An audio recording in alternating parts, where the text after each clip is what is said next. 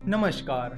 Technical analysis के इस 12th episode में आपका स्वागत है। तो आज के एपिसोड में हम बात करने वाले कुछ और पैटर्न्स के बारे में। पैटर्न्स का ये लास्ट एपिसोड है। इस एपिसोड के बाद हम टेक्निकल एनालिसिस से जुड़ी और चीजों के बारे में बात करेंगे। तो आज हम मेनली दो पैटर्न्स के बारे में बात करने वाले हैं, विंडोज पैटर्न और तासुकी पैटर्न। तो शुरुआत करेंगे विंडोज पैटर्न से।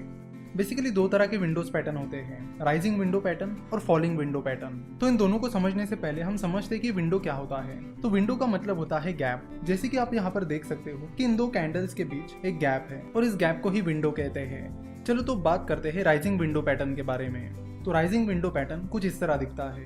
यहाँ पर आप देख सकते हो कि उस स्टॉक की प्राइस लगातार बढ़ रही है, उसके पीछे ग्रीन कैंडल आ गई और उस ग्रीन कैंडल के बाद जब दूसरी ग्रीन कैंडल आई तो उन दोनों के बीच गैप है और इस गैप को ही विंडो कहते हैं। तो राइजिंग ट्रेंड के दौरान अगर कोई विंडो आती है तो उसे राइजिंग विंडो कहते हैं। तो राइजिंग विंडो पैटर्न की ये दोनों भी कैंडल्स ग्रीन है और इन दोनों के बीच गैप है।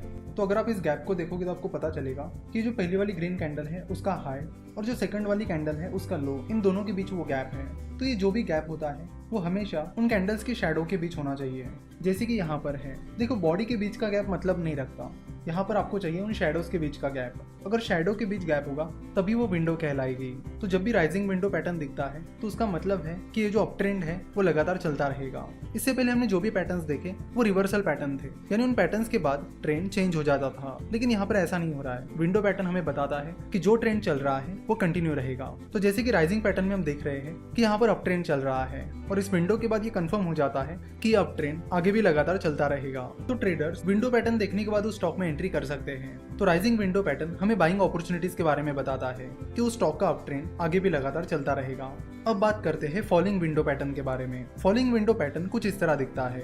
तो जैसे कि आप यहाँ पर देख रहे हो कि स्टॉक्स के प्राइसेस लगातार गिर रही है और उसी बीच ये पहली रेड कैंडल आती है और उसके बाद ये दूसरी रेड कैंडल आती है। आप देख रहे हो कि इन दोनों रेड कैंडल के शैडो के बीच गैप है, यानी विंडो है। तो डाउन ट्रेंड के बीच में अगर कोई विंडो आती है तो उसे फॉलिंग विंडो पैटर्न कहते हैं और वो हमें इंडिकेट करती है कि जो फॉलिंग ट्रेंड चल रहा है वो लगातार चलता रहेगा। तो फॉलिंग विंडो पैटर्न हमें बताता है कि स्टॉक्स की प्राइसेस आगे भी लगातार गिरती रहेगी।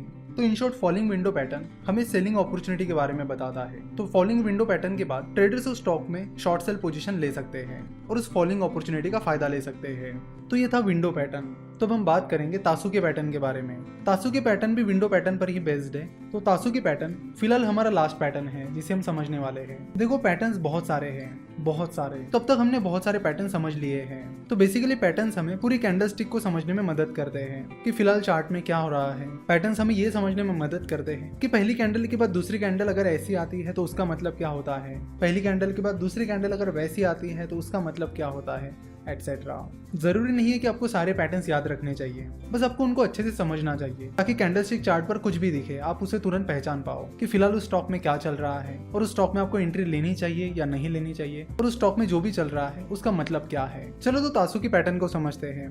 बेसिकली दो तरह के तासुकी पैटर्न होते हैं, अपवर्ड तासुकी और डाउनवर्ड तासुकी। तो पहले बात करते हैं अपवर्ड तासुकी के बारे में। अपवर्ड तासुकी पैटर्न कुछ इस तरह दिखता है और जैसे कि नाम में ही लिखा है अपवर्ड, तो आप समझ रहे हो कि एक बुलिश पैटर्न है जो कि अपवर्ड ट्रेंड के दौरान आता है। तो यहाँ पर स्टॉक्स की प्राइसेस लगातार बढ़ रही है, उसी बीच एक ग्रीन कैंडल आती है और उस ग्रीन कैंडल के बाद एक गैप आता है, यानी एक विंडो आती है। तो इस गैप यानी विंडो के बाद जो कैंडल्स हैं, इन दोनों कैंडल्स की साइज आप देख सकते हो लगभग सेम ही है। तो तासुकी पैटर्न की कंडीशन है कि गैप के बाद जो दो कैंडल्स आती है उनकी साइज एक दूसरे से समान हो।